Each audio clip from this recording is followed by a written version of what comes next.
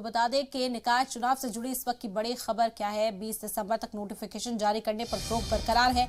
High court की Lucknow bench ने रोक लगाई है। हाईकोर्ट ने सरकार को 20 दिसंबर का वक्त दिया है। बता दें कि ओबीसी रिजर्वेशन को लेकर जवाब दाखिल करने के लिए वक्त दिया गया है। सरकार का मौखिफ जानने के बाद हाईकोर्ट फैसला करेगा। ओबीसी रिजर्वेशन ये पूरा मामला है जिस पर सरकार को अब कोर्ट के अंदर जवाब दाखिल करना है।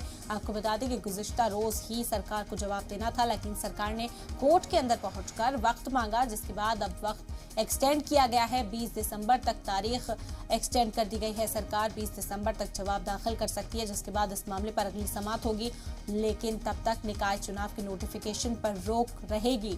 उत्तर प्रदेश के अंदर ओबीसी रिजर्वेशन का जो मुद्दा है वो तूल पकड़ता जा रहा था। कोर्ट के अंदर अर्जी दायर की गई थी, जिसके बाद कोर्ट ने सरकार से जवाब मांगा।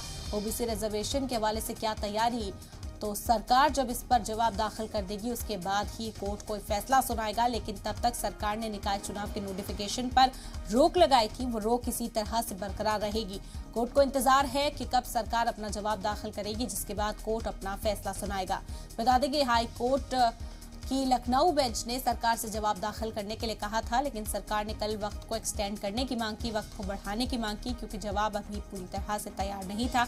अब सरकार कोर्ट के अंदर जवाब दाखिल करेगी। 20 दिसंबर तक नोटिफिकेशन पर रोक इसी तरह बरकरार रहेगी। और आपको बता दें, इस बीच सरकार को अपना जवाब दाखिल करना होगा, जिसके बाद अगली समाअत में इसका फैसला होगा कि निकाय चुनाव का आखिर क्या होना है, निकाय चुनाव का नोटिफिकेशन कब तक जारी हो सकता है।